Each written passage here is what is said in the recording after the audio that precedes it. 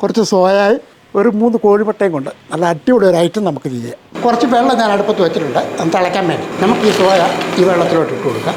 ഏകദേശം ഒരു 3-4 മിനിറ്റ് ഒന്നിരിക്കട്ടെ. ഇതിങ്ങനെ കോരി ഈ പച്ചവെള്ളത്തിലോട്ട് ഇടും. ഇപ്പോൾ തണുത്തിട്ടുണ്ട്. ഇനി നമുക്കിത് പിഴിഞ്ഞെടുക്കാം. നമ്മളിത് ഉരുക്കിയെടുത്ത പാത്രത്തിലോട്ട് എന്നിട്ട് ഇതേ രീതിയിൽ ഒന്ന് അരിഞ്ഞ് വെക്കുക.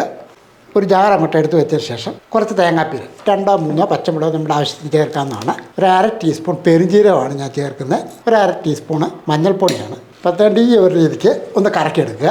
ഒരു ചീനച്ചട്ടി ഒരു കടായി എന്തെങ്കിലും തണുപ്പത്തിട്ട് കൊടുക്കുക. 2 ടേബിൾ സ്പൂൺ അളവിൽ വെളിച്ചെണ്ണ ഒഴിച്ച് കൊടുക്കുക. കടുക് ഒന്നിട്ട് കൊടുക്കുക. 2-3 വറ്റൽമുളക് കൂടെ മുട്ടിട്ട് കൊടുക്കുക. ഒരല്പം കറിവേപ്പിലയും കൂടെ മുട്ടിട്ട് കൊടുക്കുക.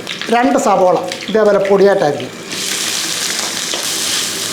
ഒരു കളറിന് വേണ്ടിയാണ് ഞാൻ ഒരു 1/2 ടീസ്പൂൺ കാശ്മീരി മുളക് പൊടിയാണ്. ഒരു 1/4 ടീസ്പൂൺ അളവിൽ മസാലപ്പൊടിയാണ്. നമുക്ക് ഈ മുട്ട ഒരു പൊട്ടിച്ച് ഒരു പാത്രത്തിലോട്ടിടും. ഒരല്പം ഉപ്പുപൊടിയും കൂടെ ഇതിൻ്റെ കൂട്ടത്തിട്ട് കൊടുക്കുക. പിന്നെ ഈ അരപ്പ് ഇതിൻ്റെ അകത്ത് ഇട്ട് കൊടുക്കുക. ഇതേപോലെ നന്നായിട്ട് ഇളക്കുക. ഈ അരച്ച് വെച്ചിരിക്കുന്ന സോയയും കൂടെ ഇതിൻ്റെ കൂട്ടത്തിട്ട് കൊടുക്കുക. ഉപ്പുപൊടിയും കൂടെ ചേർക്കുക. കാര്യം മുട്ടയ്ക്കുള്ള നമ്മൾ ചേർത്താണ്. നമുക്ക് ഈ ജാറിൻ്റെ അകത്തോട്ട് ഒരല്പം ചൂടുവെള്ളം ഒഴിച്ച് കൊടുക്കുക. അതിനുശേഷം ഇങ്ങനെ കറക്കി ഇത് അങ്ങോട്ട് ഒഴിച്ച് കൊടുക്കുക. ഇതേപോലെ നന്നായിട്ടൊന്ന് മിക്സ് ചെയ്തെടുക്കുക. തട്ടിപ്പൊത്തി ഒന്ന് വെക്കുക. അതിനുശേഷം നമുക്കിനി മൂടി വെക്കാം. നല്ലപോലെ ആവി കയറിയിട്ടുണ്ട്.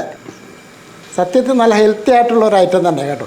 ഇത് എല്ലാവർക്കും ചെയ്ത് നോക്കാവുന്നതാണ്.